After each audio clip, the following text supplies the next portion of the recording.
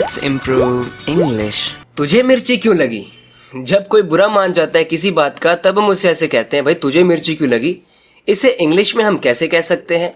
इसी तरह के कुछ confusing but useful Hindi sentences का इंग्लिश ट्रांसलेशन मैं आपको इस वीडियो में सिखाने वाला हूँ। इस वीडियो को एंड तक जरूर देखना। You are surely going to improve your English. Let's get started. देखते हैं इसे इंग्लिश में हम कैसे कह सकते हैं। Why did you get offended?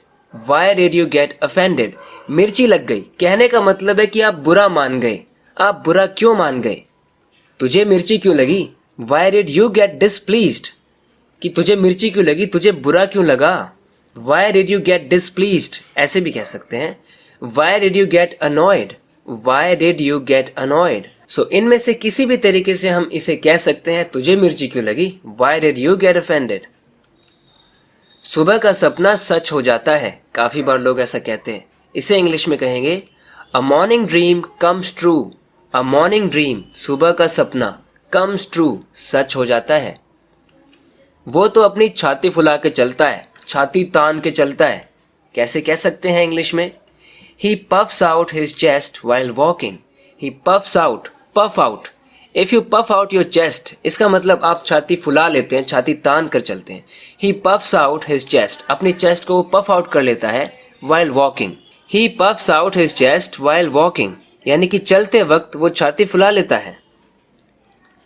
आप अपने चीक्स को भी पफ आउट कर सकते हैं, जैसे मुंह फुलाते हैं ना। So don't puff out your cheeks.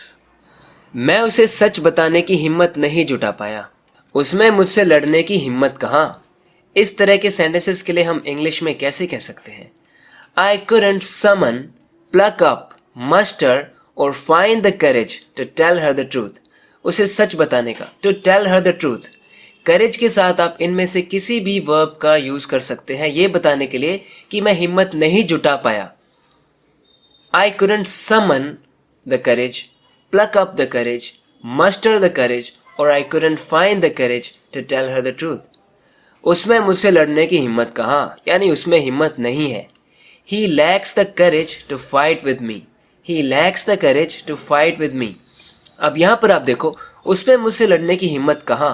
अब यहाँ पे अगर हम कहाँ को देखने लग जाएं तो इंग्लिश में हम वेयर लगा के बैठ जाएंगे, जो कि सही नहीं है।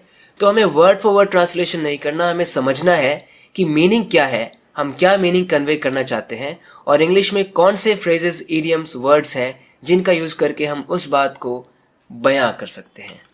मेरा ये एहसान तुम नहीं उतार सकते। आपने मेरी इतनी मदद की है, अब मैं आपका ये एहसान कैसे उतारूंगा? एहसान उतारना, इसके लिए कह सकते हैं you can't return the favour. Return the favour यानी एहसान को उतार देना। You can't return the favour, तुम एहसान नहीं उतार सकते। आपने मेरी इतनी मदद की है, प्रेजेंट परफेक्ट, कुछ हुआ है, अब मैं आपका ये एहसान कैसे उतारूंगा? You have helped me so much. How will I return the favor? How will I return the favor? यानी मैं एहसान कैसे उतारूंगा? मेरा दिमाग ही काम नहीं करता ऐसी हालत में। दिमाग काम ही नहीं करता। क्या हम ऐसे बोलेंगे My mind doesn't work? कह भी सकते हैं ऐसे, लेकिन फिर भी मोर नेचुरल तरीका है इसको बोलने का। My mind goes haywire in such a condition. It's an idiom. अगर आप कहते हो My mind goes haywire, मतलब मेरा दिमाग एकदम काम ही नहीं करता है, मैं confused हो जाता हूँ। My mind goes haywire in such a condition. It's a common idiom, you can use it. Don't think it's obsolete or bookish. Something goes haywire. इसका यूज आप दूसरी सिचुएशंस में भी कर सकते हैं जब आप बताना चाहते हैं कि कोई चीज काम नहीं कर रही है ढंग से या खराब हो गई है। जैसे ये घड़ी काम ही नहीं कर रही है। This watch has gone haywire. This watch has gone haywire. यानी ये घड़ी तो काम ही नहीं कर रही है। This watch isn't working. यहाँ पर तो वो भी सही है। आजकल आप काम में ढीले पड़ रहे हो। ऐसे ढीले पड़ोगे तो कैसे सफल हो जाओगे? ढीला पड़ जाना, इसके लिए इंग्लिश में क्या कहेंगे? You are slacking off these days. You are slacking off these days. वैसे ढीला यानी इंग्लिश में लूज कहते हैं, किसी चीज को ढीला कर देना यानी लूजन समथिंग। लेकिन यहाँ पर इस ढीले का कुछ और ही मतलब है। यहाँ पर लूज या लूजन काम नहीं करेंगे। काम में ढीला पड़ना यानी कि आलस दिखाना, फुर्ती के साथ काम न करना। इंग्लिश में फ्रेजल वर्ब है slack off. You are slacking off these days. आजकल आप ढीले पड़ रहे हो काम में।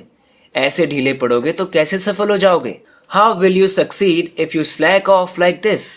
If you slack off like this, how will you succeed? You might already know that we can start the sentence with if we want. How will you succeed? Or if you slack off like this, how will you succeed? अपने काम को देख देख के रोते मत रहो. चल अब रो मत, मैं कर देता हूं तेरा काम. इस रोने का मतलब क्राई से नहीं है. यहाँ पे हम क्राइंग नहीं बोल सकते. इस रोने का मतलब है कि कोई काम को देख देख के रोता रहता है, यार अब मुझे ये करना है, अब मुझे ये भी करना है, क्या है ये. मतलब ये अलग टाइप का रोना है. कंप्लेंट करना मतलब बार बार ये भी करना है, ये भी करना, रोता रहता है. वो वाला रोना क्राई नहीं है. तो यहाँ पर हमारे लिए एक अप्रोप्रिएट वर्ड है जो कि है don't keep whining about your work. Don't keep whining about your work. अपने काम के बारे में वाइन मत करते रहो. वाइन करने का मतलब बार बार किसी चीज़ को बोलते रहना, परेशान रहना, रोते रहना. चल अब रो मत, मैं कर देता हूँ तेरा काम. Don't wine now, I will do your work. Don't wine now, I will do your work. जैसे हम बच्चों के लिए भी इस वर्ड का यूज़ कर सकते हैं. जैसे बच्चे जब किसी जिद को पकड़ के बैठ जाते हैं, उन्हें कुछ चाहिए तो चाहिए, तब हम उन्हें बोल सकते हैं बस बस अब रो मत, अब ज़्यादा जिद मत पकड़ो, ऐसे चिल्लाओ मत. हिंदी में दूसरे वर्ड्स का हम यूज़ करते हैं, जैसे कि अब ऐसे ऐसे पिनपिनाओ मत, इस तरह से कुछ बोलते हैं. तो उस सेंस में भी हम वाइन का यूज़ कर सकते हैं. Don't wine now, I am buying you what you want, I am getting you what you want. मैं आपको दिला रहा हूँ जो आपको चाहिए. Don't wine now. या फिर इस सेंस में भी हम यूज़ कर सकते हैं कि अब रोते मत रहो, कंप्लेन मत करते रहो. Don't wine now, I will do your work. I am sorry.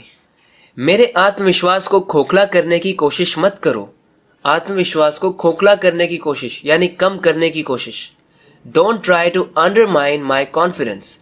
इस कॉन्फिडेंस के साथ आप इनमें से किसी भी वर्ब का यूज कर सकते हैं ये बताने के लिए कि कोई किसी के कॉन्फिडेंस को कम करने की कोशिश कर रहा है. डोंट ट्राई टू अंडरमाइन और वीकन और shatter my confidence. Don't try to undermine, weaken और शैटर माई कॉन्फिडेंस. मेरे कॉन्फिडेंस को अंडरमाइन करने की कोशिश, कमज़ोर करने की कोशिश मत करो, खोखला करने की कोशिश मत करो. Let's take another example. वो आपके जज्बे को कम करना चाहता है. He wants to undermine your passion, your enthusiasm or your zeal. Enthusiasm, passion और zeal, इन सभी का मतलब होता है किसी का जज्बा. किसी के अंदर हिम्मत है, जुनून है कि वो कुछ करना चाहता है, कुछ हासिल करना चाहता है. It's called his passion, enthusiasm और zeal. He wants to undermine, वो इसको undermine करना चाहता है, उसको weaken करना चाहता है, कमज़ोर बनाना चाहता है. He wants to undermine your passion, enthusiasm और zeal. That's it for this video. आशा करता हूँ कि आपने इस वीडियो से कुछ ना कुछ तो ज़रूर सीखा होगा, आपकी इंग्लिश इंप्रूव हुई है. इसी तरह से अपनी इंग्लिश को इंप्रूव करते रहने के लिए इस चैनल को सब्सक्राइब ज़रूर करना अगर आपने अभी तक नहीं किया है तो. Friends, thank you so much for watching this video lesson. We'll talk in the next video lesson. Till then, take care and bye-bye.